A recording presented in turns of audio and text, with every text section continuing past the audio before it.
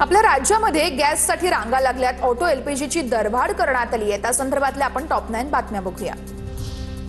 बुलढाणामध्ये LPG gas cylinder घेण्यासाठी नागरिकांच्या रांगा लागलेल्या आहेत। गॅस एजन्सी बाहेर सिलेंडर घेण्यासाठी 1 किलोमीटर पर्यंत नागरिकांच्या रांगा लागल्यात। तर पोलीस बंदोबस्तामध्ये गॅस सिलेंडरचं वितरण केलं जातंय। नागपुरातील जवळपास सर्वच म्हणजे 20 ऑटो एलपीजी पंप बंद आहेत। युद्धामुळे एलपीजीचा पुरवठा विस्कळीत झालाय। ऑटो चालकांवरती एलपीजी ऐवजी पेट्रोलवरती ऑटो चालवण्याची वेळ आली आहे। मात्र प्रवासी पैसे वाढवून देत नसल्यानं ऑटो चालवणं परवडत नसल्यानं ऑटो चालकांची नाराजी आहे। परभणीमध्ये एलपीजी ऑटो गॅसचा मोठ्या प्रमाणामध्ये तुटवडा निर्माण झालाय। शहरातील अनेक एलपीजी गॅस पंप बंद आहेत, त्यामुळे रिक्षा चालकांचे मोठे हाल होत आहेत। चाळीसगावमध्ये प्रियंका गॅस एजन्सी बाहेर ग्राहकांच्या लांबच लांब रांगा लागलेल्या आहेत। बुकिंग नंतरही महिनाभर गॅस सिलेंडर न मिळाल्यानं संताप व्यक्त केला जातोय।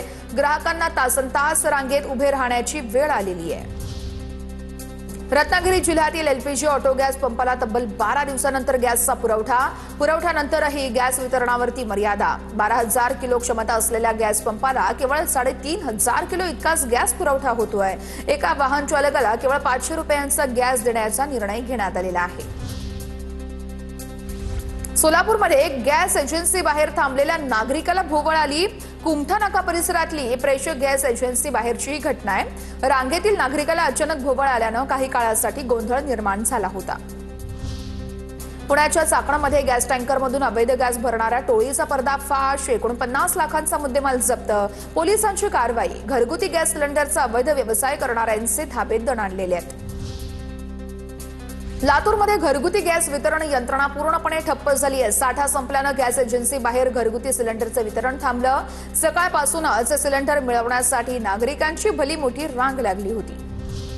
अमरावतीच्या दर्यापुरात आजही गॅस सिलेंडरसाठी रांगा कायम आहेत। गॅस सिलेंडरचा तुटवडा कायम आहे। सरकारचं नियोजन नसल्यामुळे नागरिकांना त्रास। खासदार बळवंत वानखेडेंची ही टीका आहे। आता पाहूया टॉप 9 मोठ्या बातम्या। अकोल्यामध्ये पोलीस ठाण्यातील धक्कादायक प्रकार समोर आलाय। लॉकअपमधील महिलेकडे एएसआय राजेश जाधव यांना शरीर सुखाची मागणी केल्याचा आरोप आहे। तर पोलीस अधीक्षकांकडून राजेश जाधवचं तात्काळ निलंबन करण्यात आलंय। राजेश जाधव मागच्या दारानं पोलीस ठाण्यामधून फरार झालेला आहे। केडीएमसी अधिकाऱ्याची महिला कर्मचाऱ्याकडे शरीर सुखाची मागणी। वरिष्ठांनी कामावरून काढण्याचे आदेश दिल्याचं सांगत किळसवाणा प्रकार।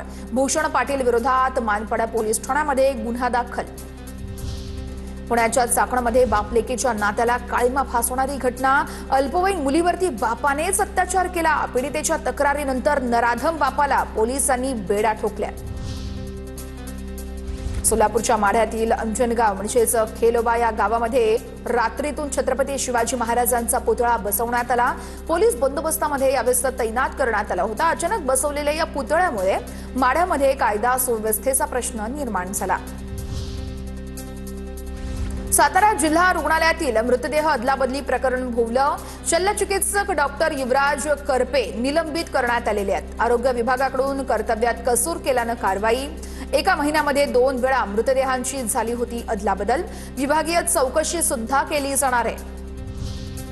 कोल्हापुरातील दख्खनचा राजा ज्योतिबाच्या चैत्र यात्रेला प्रारंभ झाला। यात्रेसाठी लाखो भाविक ज्योतिबा डोंगरावरती दाखल झाले आहेत। ज्योतिबा मंदिर आणि परिसराची ड्रोन दृश्य ही कॅमेऱ्यात कैद करण्यात आलेली आहेत। बीडच्या हिवरा पहाडी गावातील बोगस डॉक्टरचा भांडाफोड झालाय। सामाजिक कार्यकर्ते आणि सरपंचाकडून पदवीची मागणी, मात्र पदवी नसल्यानं डॉक्टरकडून प्रमाणपत्र देण्यासाठी टाळाटाळ। डॉक्टरकडून प्रमाणपत्र देण्यास नकार देत डॉक्टर नसल्याचंही सांगण्यात आलं। पनवेल महानगरपालिकेच्या महासभेत मोठा गोंधळ। ठाकरे गटाच्या गटनेत्या लीना गरड यांना नालेसफाईच्या मुद्द्यावरून बोलू न दिल्यानं वातावरण तापलं। लीना गरड यांचा भ्रष्टाचाराचा आरोप आहे। अमरावती जिल्ह्यामध्ये काँग्रेसमध्ये नाराजी सत्र। पक्षनेते दिलीप एडतकरांचा पदाचा राजीनामा। एडतकर धनगर समाजाचे नेते मागील काही दिवसांपासून काँग्रेसवर नाराज असल्याची माहिती। राज्यभरात अवकाळी पावसामुळे शेती पिकांना फटका बसलाय। सध्या काय कुठली परिस्थिती आहे ते बघूयात न्यूज टॉप 9 मध्ये। गेल्या 2 दिवसांपासून राज्याच्या विविध भागामध्ये अवकाळी पावसाचं थैमान। पुढील 5 दिवस आणखी पाऊस पडण्याचा अंदाज आहे। त्यामुळे 19 जिल्ह्यांना येलो अलर्ट जारी करण्यात आलेला आहे। काही ठिकाणी गारपिटीचा देखील अंदाज वर्तवण्यात आलेला आहे। पुण्यातील भोर तालुक्यामध्ये अवकाळी पावसामुळे झालेल्या नुकसानीचे महसूल आणि कृषी विभागाकडून पंचनामे करण्यास सुरुवात. नुकसानग्रस्त शेती आणि फळबागा तसेच घरांच्या पडझडीचे पंचनामे लवकरात लवकर पंचनामे करून नुकसान भरपाई द्यावी, शेतकऱ्यांची मागणी आहे. बीडच्या परळी सबरादाबाद या ठिकाणी वीज पडून एका शेतकऱ्याचा मृत्यू झालाय. कौडगाव गुडामध्ये वीज कोसळून एका बैलाचाही मृत्यू झालाय. या घटनेनं परिसरात शोककळा पसरली आहे. अमरावती जिल्ह्यामध्ये अवकाळी पावसाचा 62 गावामधील 578 हेक्टरमधील गहू आणि संत्र्यालाही फटका बसलाय. कांदा, लिंबू, भाजीपाल्यासोबतच काही ठिकाणी हरभऱ्याचंही नुकसान झालंय. अंजनगाव तालुक्यामध्ये कळीचं तर धारणी तालुक्यामध्ये मक्याचं मोठं नुकसान झालंय.